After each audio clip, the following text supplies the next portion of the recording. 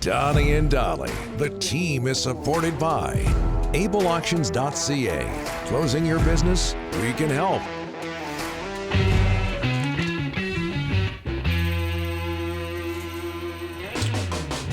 Monday, and all of our guests today, including George Richards from Florida Hockey Now, standing by.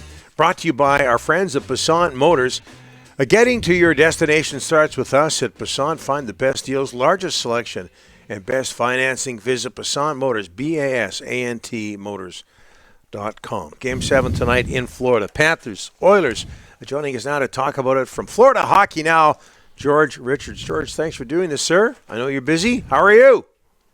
I'm good. What's going on? Oh, not much. How nervous is everybody down there? How nervous are the Panthers? How nervous are their fan base? Not just because it's Game 7, but the way Game 7 came about.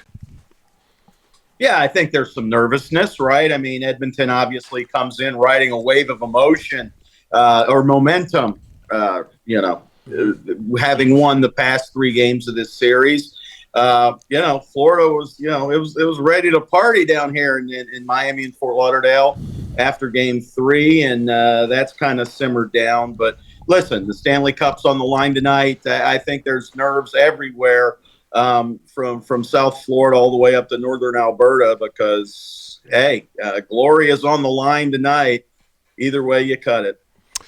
George, I'm not sure if the answer is the Oilers have found a way to get to Bobrovsky or not, but what have you noticed about the Panthers through the first 3 games and the last 3 games versus the last 3 games? Yeah, well, Sergei Bobrovsky stole one in Game 1. He was absolutely terrific, 32 saves, gets a 3-0 shutout. He's been fine. I mean, listen, this hasn't been on Bob. The Florida, Edmonton's done a great job of coming through the zone, being able to come off rushes and really take advantage of some poor defensive play by the Panthers at times. Florida's defense in 5 and 6 has been okay for the most part, but there's been 1 or 2 lapses, and that's led to breakaways against Bobrovsky. They've been able to create traffic in front of him, which they weren't able to do in games 1 through 3, and that's really been the difference. Sergei Bobrovsky's been fine. I mean, he gave up 3 goals in Game 5, in Game 6, 2 empty netters for Edmonton. Florida just couldn't score. They had 1 taken off the board with the offside, and then Barkov scored in the 3rd to make it 3-1. You're not going to win a Stanley Cup final game with 1 goal. So that's been more of it than anything else. Hey, George, 11 goals for the Panthers in the first 3 games, only 5 in the last 3. What's happening there with the goal scoring? They just haven't been able to get anything going. I mean, you look at the Panthers in the opening games. They were able to use their forecheck to create a lot of havoc in front, around Stuart Skinner. And he's been real good. He's made some key saves for them. You see the confidence in Stuart Skinner rise more and more each game. And not that he was, never had it because, I mean, that guy's been playing extremely well ever since he was benched in the Vancouver series. He played extremely well against Dallas and has played very well here. So kudos to him. But, yeah, Florida just hasn't looked right. They haven't gotten anything from their second line. Things have chilled out a little bit with their third, and, they're looking for something tonight.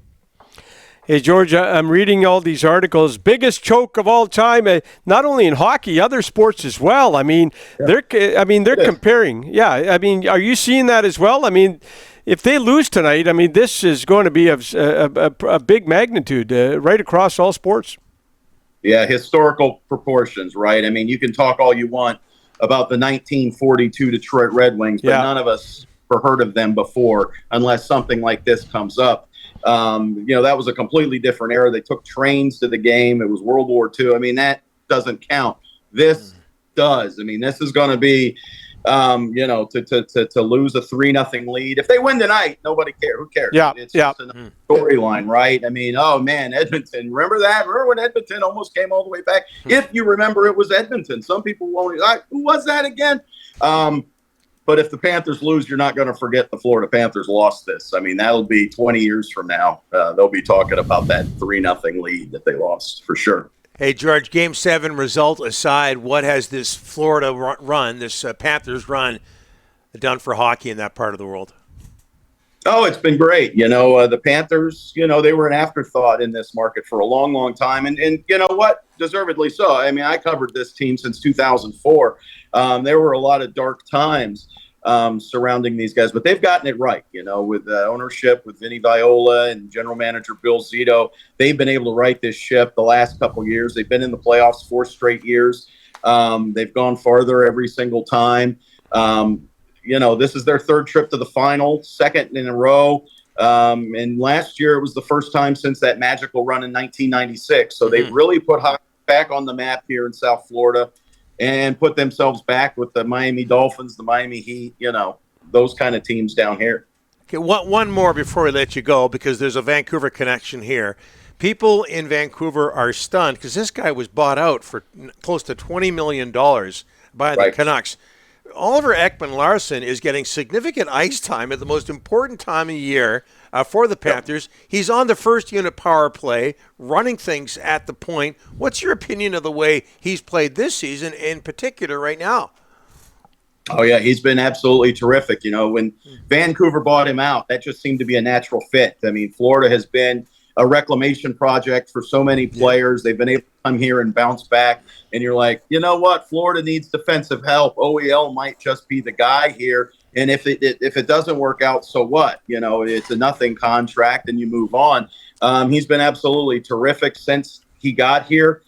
He filled in on the first pairing with Aaron Ekblad out. He filled in on the first power play with Brandon Montour out. And now it's kind of cycled back. He's running the power play again here in the Stanley Cup final. What a run. I mean, right, for Oliver Ekman-Larsson. A year ago, you're part of the biggest buyout in NHL history. And a year later, a calendar year later, you're not only playing in the playoffs again, but you're playing for your first Stanley Cup. He could be a Stanley Cup champion tonight a year after that. I mean, that had to be, embarrassing. But the guy's healthy again. That seems to be the key thing.